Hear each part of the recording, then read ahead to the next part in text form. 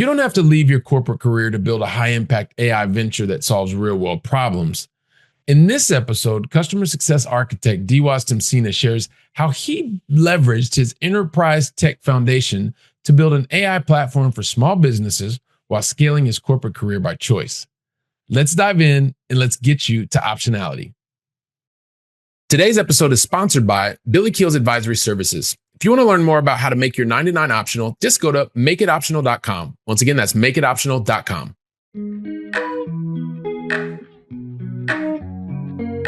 Helping you build freedom without losing your edge. This is the Going Long podcast with Billy Keels.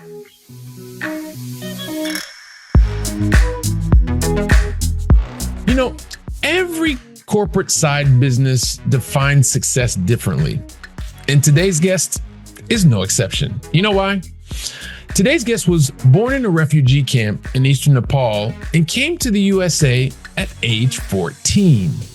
Currently in a customer success architect role at a market-leading enterprise software and services company by day, as well as the founder and CTO of Sarva, a multilingual AI platform for small independent vendors by night. And before corporate life, you know what? He even started a nonprofit for refugees and immigrants. He's given a global TEDx talk. And guess what? In his free time, he even runs Tech Unlocked. It gives me great pleasure to welcome to today's conversation none other than Mr. Diwas Timsina. Diwas, welcome to the show, man. Thank you. I'm very excited to be here. I'm very thankful to be part of this show. So I'm really excited.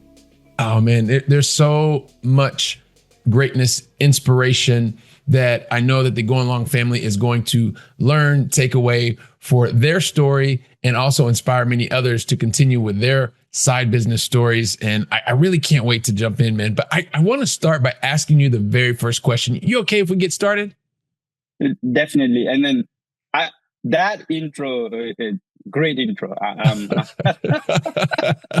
Well, thank you. I've been practicing it over 600 and I don't know, almost 700 episodes. So thank you very much. I appreciate that. So I've heard this saying that is build quietly, prove it to yourself, then give back what worked and what didn't. Where could I have heard that from? And what does that mean to you, Diwas?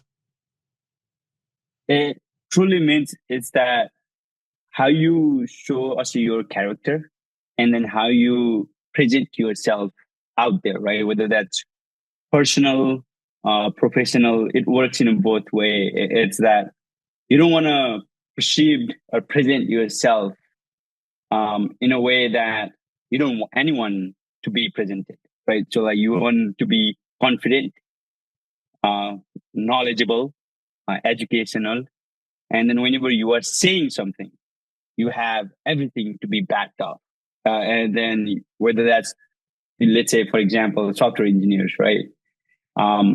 You try, there might be error, there might be many fail times, but doing those things behind the scene, gaining all the knowledge, asking the right questions, building, and then now presenting, you are ready, you are confident, and then you are knowledgeable than anyone that is in the room. So you are like putting your best foot forward, whatever the situation it may be. So I tend to do that all the time. There is a lot of learning it still needs to be doing, but those things has worked throughout my personal and professional development till where I'm right now. So, well, I think that's fantastic because you talk about being able to do things quietly, which is a lot of, especially when you talk about building a business on the side, usually it starts very quietly.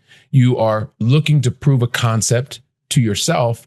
And what I really love, it's about then you share what worked and what didn't work. And so I think that's fantastic because it just shows that sense of contribution, this idea of being able to continuously give back. Now, intentionally, there were a number of different parts of your story that I didn't tell. I want to also say recently you have your MBA, so congratulations for that as well. What I would love for you to do, though, in your own words, maybe just in a couple of minutes, could you give us more of your backstory and what led you to get to this point in your journey? Oh, definitely. It's not a great story, but I'll tell it anyway. But so It's my your family's it's your story, therefore it is a great story. Yeah, I hope so. But my family is originally from Nepal. Actually, yeah. So like people went from Nepal to Bhutan in late 1800s. So they stayed there for over 100 years. Called Bhutan their home for more than 100 years.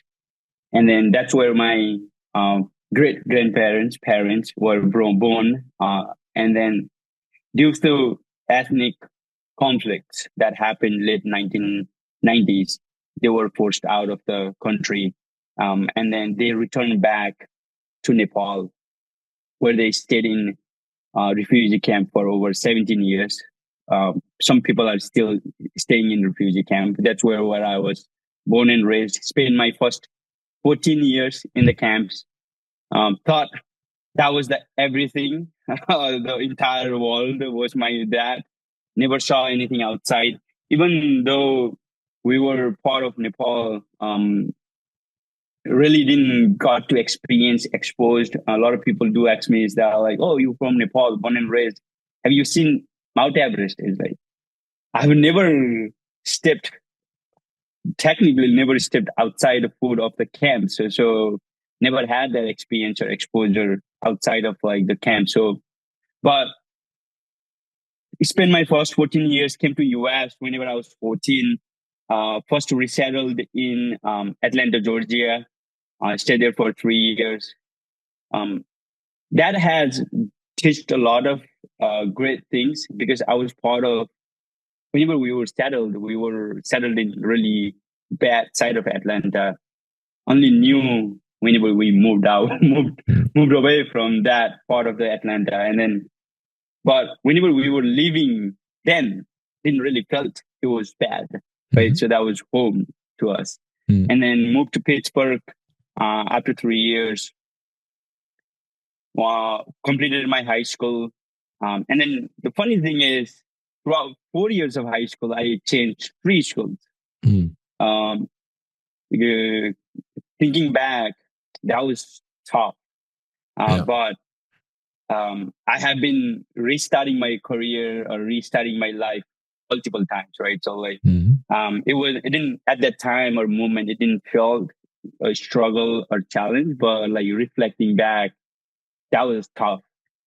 Completed my undergrad from Penn State and then started my career at one of the largest tech consulting companies, and then pivoted into another multilingual, the multinational tech companies where I'm currently at.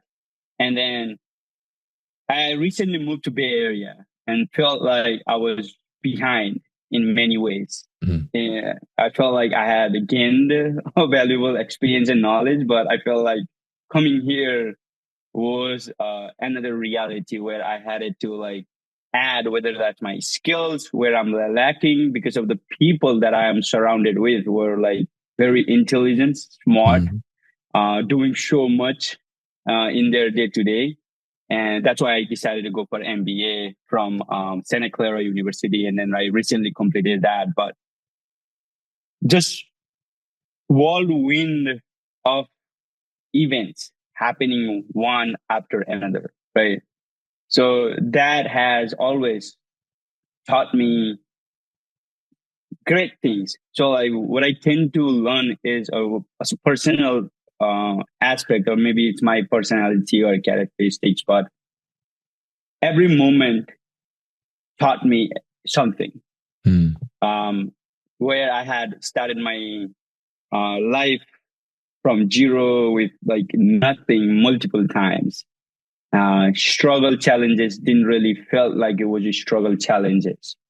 The difficult road really didn't feel difficult road whenever I was walking that path. And then reflecting back, seems like it was tough, and then felt like going through that personally, and then seeing people's struggles, that's what I intend to like kind of give back. It was that, okay, hey, I have already gone through the most maybe toughest, and then you are going through that with your personal struggle or challenges, and then it might be toughest to you in your own perspective, but here are things that I have done to navigate that route. And then here is what I did work for me and what it did not. Take it, run it with it, see what works best for you, and then maybe give it a feedback from your own personal experience, so we can give it back to other people. So they don't have to go through the same route that you and me went through. So that way they can navigate the journey differently, and vice versa. So that way, like, we can keep on building that community of a way that no one goes through the same route ever again. Yeah. Well, I love the fact that you talk about everyone has a different journey, right? And yours is different than mine. As you talk about moving different high schools, I mean, I lived in 3 different states, and in one state, when we lived in Texas for a 7-year period, I changed schools 4 times. So what that reminds me of, and as I watch you smile, and so if you're not watching the video version, by the way, I'm going to suggest that you come check out me and Diwas here, because he's got this great background. Don't tell him what it is, because whoever's there, please keep it a secret, so that makes him go over and check out the video. But also, one of the lessons that you are sharing is that because of what you have been through in your life, it gives you this really unique perspective of being able to not just sympathize, but being able to empathize with others, because you have been through so many different, what some would perceive as challenging situations. More than likely, in the moment they were challenging to you, now you realize that they were happening for you, so that you can also continue to contribute to other people. And so that sense of contribution really comes through. And I know we're talking just a little bit about the personal life, and you mentioned something in your early days of school, and I want to take you back to 2013. I think there was a moment in your life when you were in junior achievement, and there was a woman named Amanda Lachak.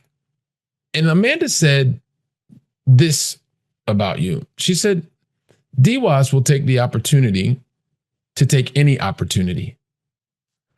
And I would love for you to tell us, because you're talking about contributing, you're talking about giving back, you're talking about helping others who have been there before you. Can you tell us about the moment that you had the opportunity to meet Ralph de la Vega, who was the CEO of AT&T Mobile at the time, and also what that meant for your father, for your family, that meeting? Oh, that brings some great memories, right? So, but I am very thankful for Amanda throughout my career, where she has been a great mentor, friend, and I call family. So I have been really fortunate in a way that she has guided and then always be there to, like, help me navigate in a various ways. But taking opportunities, meaning that, like, I have been fortunate to survive in various different ways, studying life multiple times from zero with like no background. So every opportunity that I see, it's an opportunity to learn, gain experience. And then the way that I have done it is that regardless of opportunity, is that how I always think about is that I'm fortunate that I have this in the first place. Second is that I always think about how can I turn this good or bad opportunity in my favor, so I get the best experience, best knowledge, build the best network, and then maybe find a mentor or find a colleague, or I find a family member, call Amanda, right? So individual like that throughout my life. It's that, and then I've been fortunate is that how to capitalize everything that I get throughout my life. And so being part of that journey, I I don't know, Amanda probably shared or not, but I shared a slice of pizza with her. And then it was a job shadowing experience at one of the local AT&T, where I was really passionate about tech, seeing technology, computers, and all other things, and asking a lot of things to the resources of AT&T at the time, and then shared a pizza as I was sitting by myself, and then she came next to me and then asked to sit. That pretty much opened and then changed everything. And then after that, I got a fortunate opportunity to be part of represent junior achievement at Dallas headquarters. And then that's where I was met the CEO of AT&T Mobile at the time. And then being able to be just selected for the first time was outstanding. And then that opportunity, that moment lives forever. And then having to take one of my parents with me to show that, hey, a kid from refugee camp, a kid who changed multiple schools, and then also we never thought about anything like that would be possible.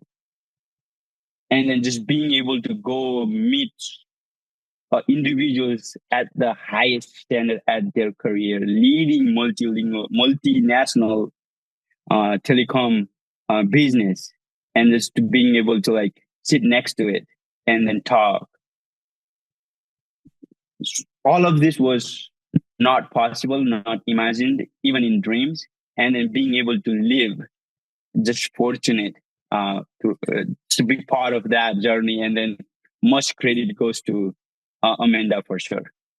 Well, and it was really, sorry, I just wanted to add is that my parent that I take was a dad that he went with it. And then whenever junior achievement individuals explaining this, it was blank, right? So I did not know how to express emotions, how to proceed all of the informations. And then I was also like translating in Nepali, like he understood basic English, but at the same time, it's like adding like, oh, we'll be flying to Dallas, meeting the individuals that we are meeting. It's not anyone's. It was just a big event, a big opportunity, right? And then fortunate because of that event, I actually met him second time, one and in Pittsburgh, and then he recognized, remember me, means a lot. So just a thankful opportunity from AT&T and junior achievement at the time, pretty much changed how I perceived of like getting any opportunity or shows, because that ever since then is that like I always tell everyone, and then I do the same thing. Yeah. Grab every opportunity and then turn that opportunity into my favor or my strength. Yeah, and I appreciate how you're sharing that story, and one of the things that I want to just talk about also too, and then we're going to go more into the corporate piece, but it is really understanding you are in this position. You're talking about your father is with you, but can you talk to me about maybe some of the sacrifice that you recognize from your parents making, and then also how that motivates you today to excel in your role, specifically in your corporate role? And we're going to come to the side business in a second. Right. No, it's not just my parents sacrificing, right? So entire refugee and immigrant parents had sacrificed significantly to give a better life to their new generations, or to their children's, grandchildren's, and the future generations that is coming along. And then it's very true. It's because that even I am as an individual is that there is a life. This is a cycle that everyone goes through, right? So like in 7 generations, somebody has struggled, and then like it continuously got better, because that we as a human being don't want anything bad to happen to your upcoming generation. So you struggle, right? So and then that's like the motivation, and then just seeing them work entry-level jobs, hustling with bare minimum English, no formal educations, no skill sets in a once whatsoever, and then doing whatever they can, maybe working multiple jobs at times, not sleeping, going through that just to give a better life than what they had, means a lot.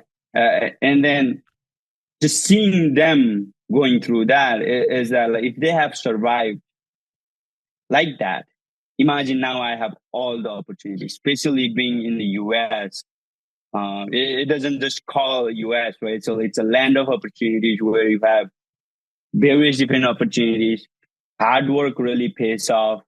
All you have to do is continuously work towards building or making that dream. So, like, where the dream comes true, right? We are in the place.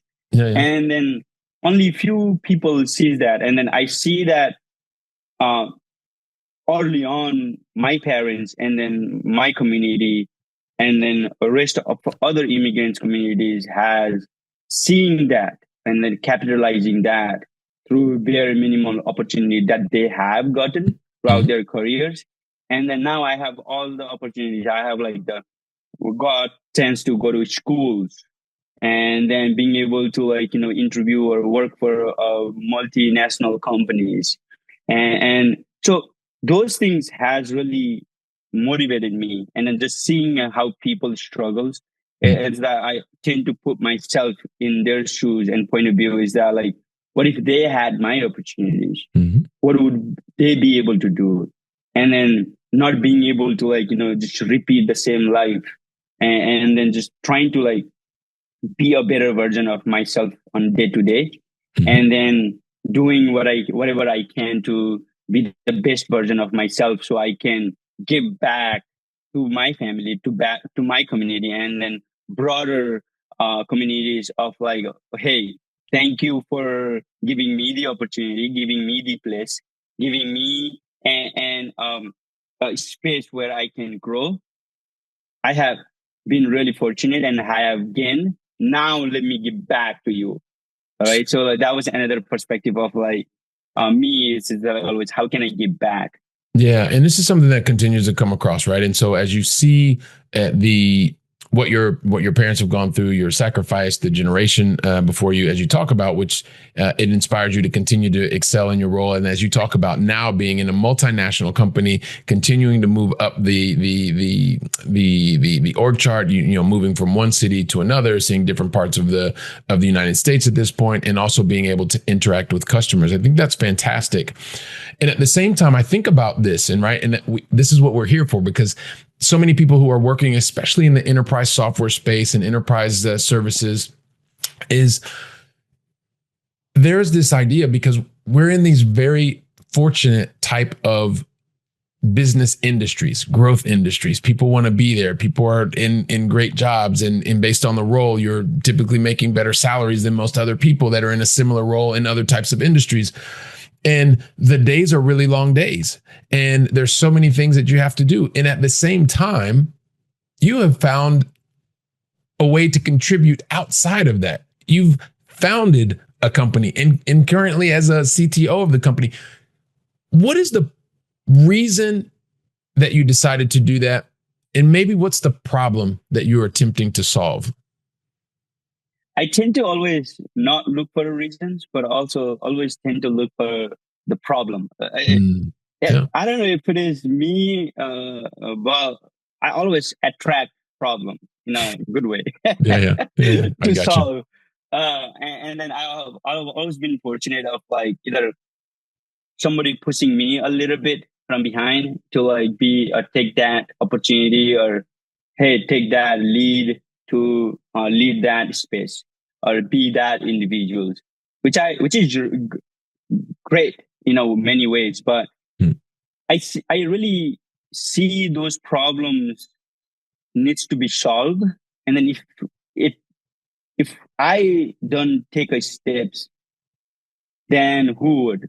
Because if that problem existed for so long, if no one is making an approach to even look at that problem or think about that is a problem, and then no one is going to now come and solve, right? So what I tend to do is that okay, we have identified a problem. How can we build it? And then it's not always me. I have always ecosystems of individuals, colleagues, friends supporting me throughout. But bringing them together also takes a hustle.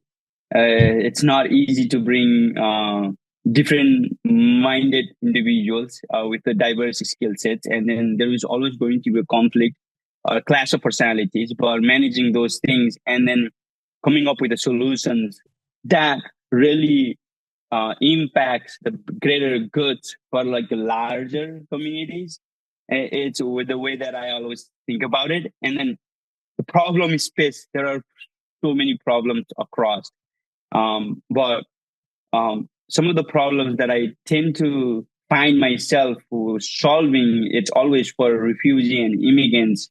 And then being in the tech industry for over 8 years, the way that technology is changing rapidly, it's impacting me the way that I do my day to day. And then I see some of these great technologies firsthand, and I really see the impact of it. And then felt like whenever we were building solutions for or building Sarva, it's that realize that like if this community don't adapt to this new trend or new technologies, some should one way or another, they're gonna continuously fall behind. Somebody needs to act. Somebody needs to teach them.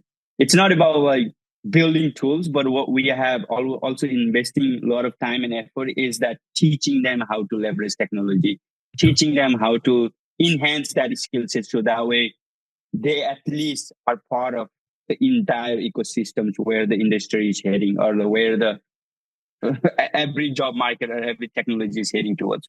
So sorry. I was just going to ask you. And so just to help the audience understand, who is the community that you're helping and that you're worried about falling behind, and what is the solution that you are providing them? Because you do like to get the problems, you do attract the problems because you like to be able to contribute and solve problems for others. But just to help us understand that specific problem you're wanting to solve. So the solution that we are building is an AI first multilingual inventory management or POS integrations where people could use their native language to run their business or operations. It's not teaching them how to like change the technology, but pretty much we are bringing the technology to them to, hey, you are already operating your business. Here is additional tools that can make you run your store effectively and efficiently and without to learn anything. All you have to do is communicate. And then we are building this tool for underserved communities across the US. But we are starting with our own South Asians because of the background that we come from. I come from. So it's easier to connect with the people. So all the prototype, all the MVPs, POCs are more focused on that because I speak the language, I connect with the people, I connect with the culture. But the goal is to build the tools and technology for all underserved communities across US, and potentially once we solve that problem for all underserved, scale up to small size business and medium size business and maybe grow globally. But that's a long-term vision and long-term goals that we wanted to accomplish. But excellent. I think that's fantastic. And so you're looking to solve a linguistics problem that can help to enhance the customer impact and how they serve their customers, right? And I as you say, it's something that you're seeing, that you're watching firsthand, something that you want to create a solution for, a real life problem that you see. And I think that's fantastic, and continue to lean into that.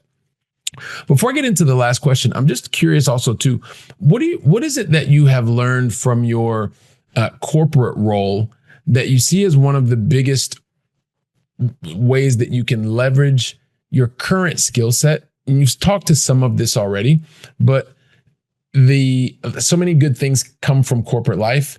And I'm just curious what you're seeing now from corporate life that is actually helping you solve a problem outside of that corporate life, something that's closer to your heart, let's say. I have been really fortunate throughout my careers to have various different exciting opportunities. every opportunity has taught me anything, something where I could get out of. Being technical, especially being in the tech industry, it's always been helpful because now you see the problem a little bit differently. So starting my career as a software engineer has helped me so much to connect the dots. And then also being able to talk to various different individuals on the client side, especially the C-suite individuals on the client side, understanding their business problem, pain points, what they are trying to solve, and the pain point that they are trying to like at least thinking of solving for their department or organizations at high scale, and then being able to sympathize and then live with empathy. It's that okay, I understand this is a problem. Let's work together. And then each conversations has been really meaningful. And then just having those conversations were really meaningful in a way that now I understand the problem, take it back to my team, and then architect what tools, what services, what products would align, and then to solve that problem. And then I felt like if there is a problem, and then if we were to build a solution, we can build a solution, no problem. Because we have a great intelligent individuals, talented individuals that can solve it. But the problem that I kind of tend to see and then always do my best to work around this is that the human connection, especially, it's the most needed on every conversations. And then being able to do that and then drive end to end, it's been really fortunate. And then I do really enjoy that experience for sure. Being able to like talk to people and lead with like, be in the space of like sharing the problems that they are studying and then helping them guide through end to end of like, okay, this is the problem. Have you looked at it this way or that way? And then debugging the problems together and then providing the solutions. And then once providing the best solutions, best service, and then just them utilizing the technology and tools that you have provided or mapped, it's a mission accomplished. Personal mission accomplished, and then a professional mission accomplished, and then just seeing those things really excites me and then satisfies me. So it was a very fortunate experience for the corporate world, being able to like gain all of that, and then always thinking of like how can I rapidly increase my skill set, broaden my T-shape in what they call in software engineers, right? So while deepening my skill sets in various areas, broadening the tech stack to stay relevant the way the industry is heading.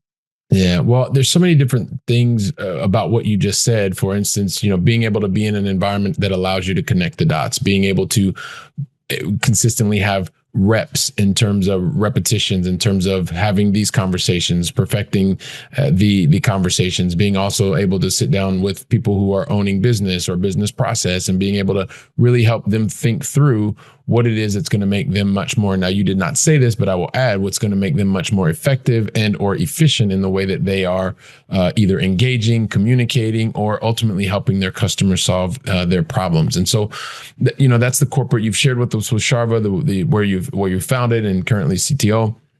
And I really want to. I didn't know if there's anything else that you wanted to add, but I kind of have the last question for you. Was there anything that you wanted to add? I just want to add one more thing. Yeah, sure. It's that one of my mentor recently, we were talking, and then whenever we talked about various different things and what I wanted to hear, what I'm good at, identifying all those things. And then I tend to retrospect myself really critically. Is like what I'm good at, what I do enjoy working, what I want to do next. And then he share the examples is that like we always see from other side of the table and then that individuals and compare it to all individuals or all life And then he told me is that like, okay, he might have shiny car, big house, but we don't know whether he's happy or she is happy. Might have various different struggle or challenges that individuals has gone through to get to that point. Some of the things might be tougher than what I faced. Mm-hmm. And then he asked me questions about like, what would you sacrifice or trade off to be in that individual's shoe? And then my answer, I didn't even hesitate. It's like nothing. I don't want to be in that individual's.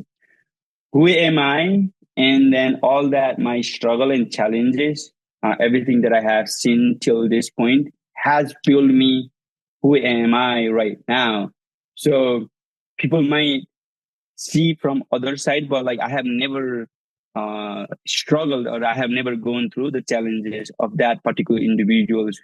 And then we only tend to see the iceberg examples, right? Yeah. The tip of the iceberg, but we never see the underneath. And so by just knowing my personal experience and my personal journey, that everyone has some, might not have exactly the same, but everyone has their fair share of toughest time, toughest challenges that they face, toughest struggles. So like, I would not trade I would not trade anything to be at other. I will just continuously be, because all of those things has built me who am I right now, and have given me all the experience, knowledge, perspective. So I have been just fortunate to be just spending whatever time gaining all of the knowledge and experience. So I just wanted to share that, is that what would, like, just even ask our audience, right? So like, what would you trade? Yeah. What would you sacrifice What from would you your sacrifice? life Yeah. Well, to get to? you know, and well, you may have just answered my question, but I'm going to ask you anyway. So, so one of the things that I like to tend to ask, and I am going to say that this is the question, right? In my life, I recently learned, because I used to get good grades. I got, everything worked well. And so many things worked well. And I realized there was a moment in my life where things did not work as I wanted them to work. And both personally, professionally, things weren't where they wanted to be. But that was the opportunity for me to realize in my life that, hey, listen, you know what? When things are going really well, that's just a moment.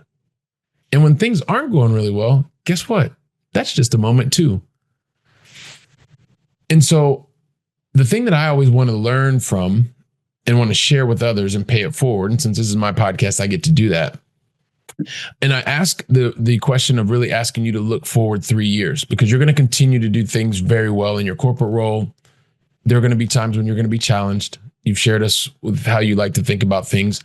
And also with Sarva, there are going to be things that are going to do really, really well. And there's going to be moments when you're going to struggle. There's moments there's going to be really, really tough. And I would ask of you, Diwas, if you could just pretend to be 3 years in the future, and you look back at yourself, and you know when you're in those really tough moments, you have to say something to yourself. And that one thing that you say to yourself is going to help you realize, okay, that moment was here, but it's now going to help you move up and to the right to get back to the good stuff. And maybe you just shared it. Or maybe there's something else that you know that you have to ask yourself or say to yourself every time. If there was something that you have to say to yourself, what's that one thing that you would say to yourself that you would share with us? I always tend to remember, like, think about where I came from, where I had nothing. So that was the lowest in my life. Every now and then I do think about, like, okay, what if I were still in refugee camp? Would I be able to grab all these opportunities? And then I have this opportunity right now, and then I have this problem, and then it might be lowest, but it was never the lowest. It was tough, I get it, but if I were to turn around from where I had nothing versus like now I have everything, worst case, that there is and then to every problem there is always a solution. So just continuously thinking through various different lens, putting different perspective, putting multiple different hat, looking at that problem from a different angle.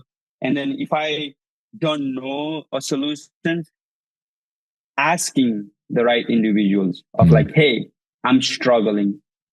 I have done X, Y, and Z to solve these problems. Would you be able to guide me? Yeah. I think those things people don't tend to do, but one thing that I always do is that reflect back to my camp's life. And then I'll always say, I think about is that like, I have come out of that situations. And then this is nothing compared to that. And then those going back and thinking about those experience has always given me a different perspective to like be resilient, be strong, consistently trying. Have like changed how I look at the problem, any problem, and then any struggles. I know like it might be a little bit different perspective, but I don't see that problem as a really a world-ending problem. It's just like a tiny roadblock, a pothole in a road where I could just like navigate across. Yeah. So just that's what I tend to really do, and then just tell myself is that like, okay, just give it your best. Yeah, that's all you can do. I love the fact that you started with, what if I were still where I started? And then from there, just to be able to really gain the perspective and be able to move in the right direction. And so like, it's one of these moments where I say it every single time, like, I can't believe how fast these conversations go by. I mean, we're starting in the very beginning. And you're talking about how you really wanted to be able to, you continue to be present, and you think about that, whether it was your personal or whether it was your professional, and you talk about being able to prove things quietly and being able to contribute and share what worked, share what didn't work. And then you also talk about the moment when you realize that, hey, listen, I have these opportunities. And we went back even to your junior achievement opportunities and the ability to really seize the opportunities, seize each opportunity that you have, and recognize from wherever it was that you came, that you want to continue to contribute to others. And whether you're doing that in your corporate role, which you continue to excel and being able to move in different places throughout the US, and even moving up the org chart at the company that you work at, you still have continued to recognize as problems, as we say in air quotes, float to you. You look to embrace those problems and come up with solutions, testing quietly, being able to see what works, what doesn't work, and being able to share that and do that collectively, taking all of these great opportunities that you've had in your corporate role and being able to now apply them to solve problems for others in the business that you have on the side. And so many people are asking, yeah, Billy, just ask them the question. So I'd really love to know from you, Diwas, what's the best way for the Going Long family to find out more about you, to enter into your world and find out how you can help to solve their problems? Just reaching out. I'm always been really open of like, meeting new people, connecting with individuals. So like connecting me with, whether that's like, if you have my contact information, reaching out, I would love to have a coffee or a lunch and then talk through whatever the challenges or the problems or even great things that you are thinking about.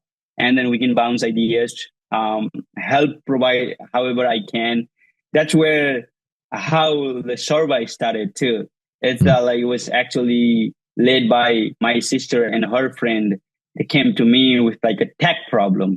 And then I helped them how to like, okay, like maybe you are looking at the problem differently. How about doing ABC or looking at from X, Y, and Z perspective? And then they pull me in as a code CTO to run the entire tech stack. Yeah.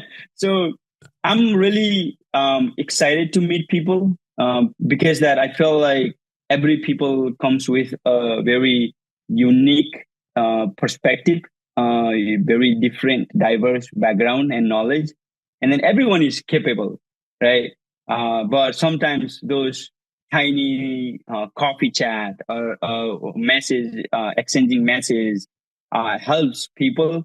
It has helped me. And then I'm just like willing to do that for any individuals that is needing that additional push, additional support, or additional friend to chat or connect with, more than happy to do that. All right. Well, that sounds great. We'll make sure that we include your LinkedIn as a way to connect with everybody. Please, everyone, when you reach out to Diwas, make sure that you share with him that you've already listened, you've already watched the episode, so the two of you can continue to connect with one another. So, Diwas, on behalf of the entire Going Long family, I'd like to say thank you very much for deciding to invest your time with me and with us and share just a little bit of your story. So, thank you very much. No, I should be thanking you. I really appreciate this. I'm thankful for the opportunity. So I'm very excited to like continuously listening. The great host. You did like the intro, and then the way that it's been set up, it's really amazing. And then trying to we'll be in touch. Hopefully, I'll be able to hear different perspective from other unique, diverse perspective from various different guests.